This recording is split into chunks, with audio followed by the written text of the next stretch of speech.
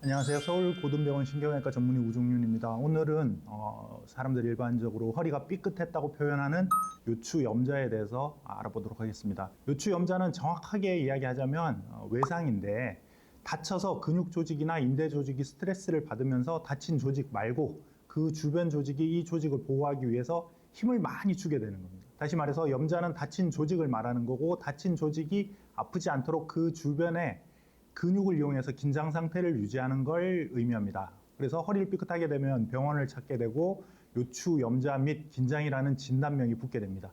그리고 일반적으로 요추염자 같은 경우에는 기능적으로 판단했을 때는 기능적 불안정성입니다. 허리에 불안정성이 있다는 건 허리, 골반을 잘 잡지 못하고 있다고 이해하시면 되겠는데요. 결국 요추염자가 자주 발생하시는 분들은 내 허리, 골반 자체가 기능적으로 조금 불안한 상태에 있다는 겁니다. 이런 경우에는 제대로 치료를 하지 않으면 비슷한 상황이 계속 반복해서 발생할 수도 있습니다. 그렇다면 요추염자가 발생했을 시에는 어떻게 치료를 하는 게 좋을까요? 우리 조직은 항상성을 가지고 있습니다. 그래서 예를 들어서 피부가 찢어지게 되면 상처가 나고, 피가 난 이후에 멎으면서 이게 피에서 나오는 혈소판이 작용을 해서 피가 멎으면서 딱지가 생기게 되는데, 그리고 딱지가 떨어지면 그 속에 속살이 차오르면서 피부가 다시 회복이 되는 겁니다. 이런 과정들이 근육 조직에서도 똑같이 일어나게 되는데, 근육 조직은 시간이 지나면 원래 상태로 돌아오게 됩니다. 그리고 이 조직이 회복될 때까지 걸리는 시간이 약 대략 일주일 정도 되게 되는데, 통증은 기간으로 보면 대략 한 1, 2주 정도 있을 수 있고요. 4, 5일 정도가 통증이 가장 심하기 때문에 보통 이럴 때 뭔가 치료를 하시려고 병원을 찾게 됩니다. 그때 첫 번째 하는 치료는 뭐냐면 가만히 있으라는 겁니다. 움직이지 말고 가만히 누워 계시고 근육을 쓰지 말고 누워 있으라는 건데, 허리에는 여러 가지 근육 조직이 있는데 이 근육 조직을 잘못 써서 다친 상태니까 쉬게 만들어주면 자연스럽게 혈액순환이 되면서 그런 회복인자들이 다친 곳에 가서 치유를 하게 되고, 그래서 시간이 지나면 자연스럽게 회복이 됩니다.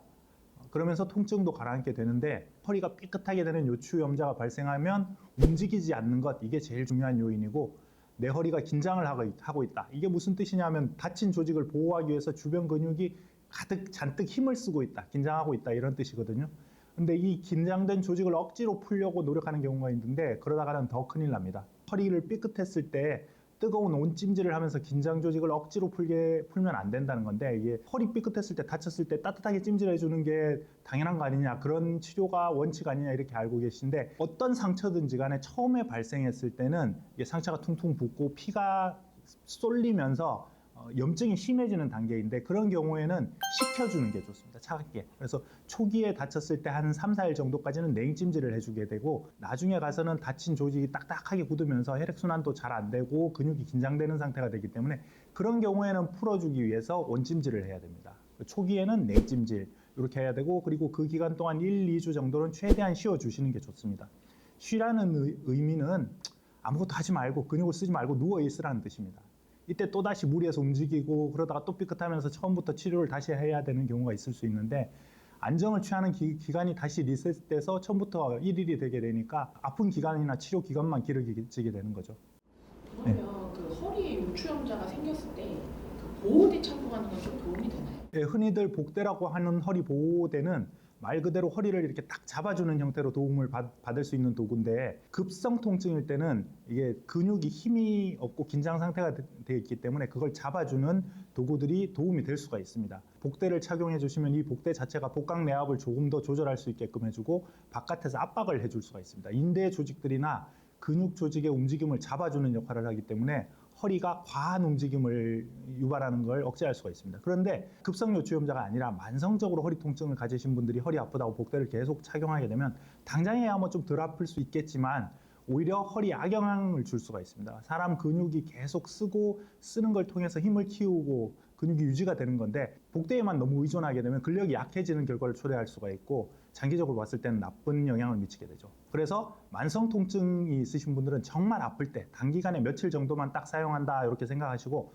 너무 매일 착용한다? 그러면 점점 근육 위축이 오고 근육이 약해져서 더욱더 만성 통증을 초래하는 결과가 됩니다.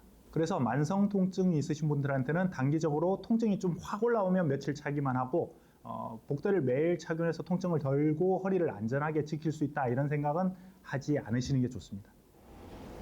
당 걸렸다는 거랑 요추염자랑 똑같은 거예요? 병명으로 사용하는 게 아니라 일상생활에서 쓰는 용어로 담들렸다는 게 이게 근육통을 의미하는 거고 급성 요추 염자를 담들렸다고 표현합니다.